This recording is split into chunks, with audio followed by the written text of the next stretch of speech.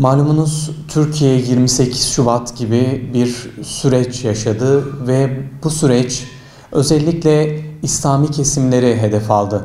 Sırf İslami hizmetlerde bulundukları ya da başörtülü oldukları ya da sakallı oldukları için insanlar hedef alındı, cezaevlerine konuldular, işkence gördüler günlerce ve bu işkenceler sonucu kumpaslarla cezaevine konuldular. Benzer bir süreç ilerleyen zamanlarda da yaşandı. Kendisine özellikle yargı ve polisiye alanında alan bulmaya çalışan FETÖ yargısı yine hedef seçtiği kişiler, kurumlar üzerinden çeşitli kumpaslarla yine insanları mağdur etti.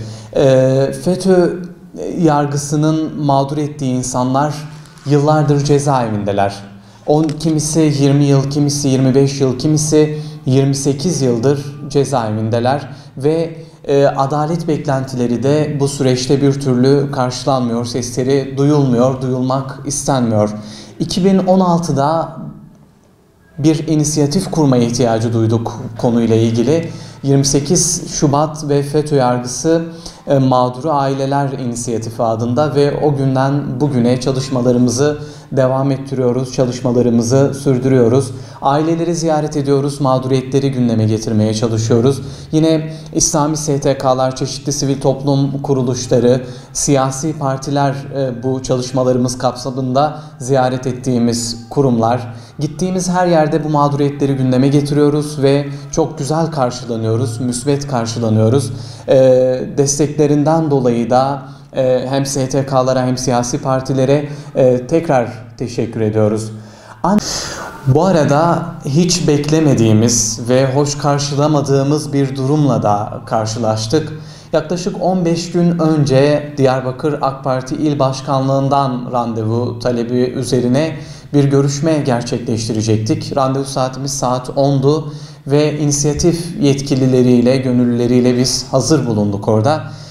Saat 10'da olmasına rağmen İl Başkanı Süleyman Serdar Budak saat 10.30'da makamına geldi ve bizi sormadan direkt makam odasına geçiş yaptı. Genel il başkan yardımcısı bizle muhatap oldu ve niçin geldiğimizi sordular.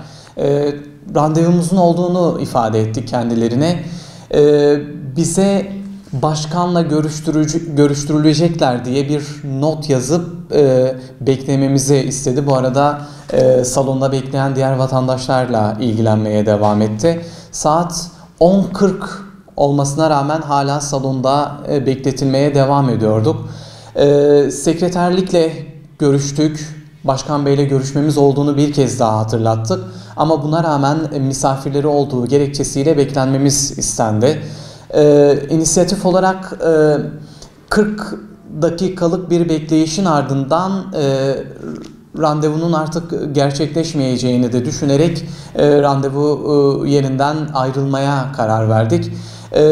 Bu sırada protokole uygun olmayan ciddi nezaketsizliklerle karşılaştık. Başkanın odasına çıkmamız istendi ve orada da misafirleri olduğu için kapısında beklememiz gerektiği ifade edildi. Biz de bunun hoş olmadığını, protokol dışında olduğunu kendilerine ifade ettik. Ve buna rağmen yine misafirleri var gerekçesiyle yine bekletilmemiz istendi. Ve aldığımız karar sonucu biz oradan ayrıldık. 28 Şubat ve FETÖ yargısı mağdurlarının mağduriyetleri Cumhurbaşkanı tarafından da sürekli gündeme getirilmesine rağmen Diyarbakır AK Parti İl Başkanlığı'nın bu tavrını hoş karşılamadığımızı bir kez daha ifade etmek istiyoruz kamuoyuna. Buradan duyurmak istiyoruz. Sivil bir inisiyatife karşı hizmet makamındaki bir kişinin göstermesi gereken tavır bu değildir. Hoş karşılamadığımızı bir kez daha ifade ediyoruz.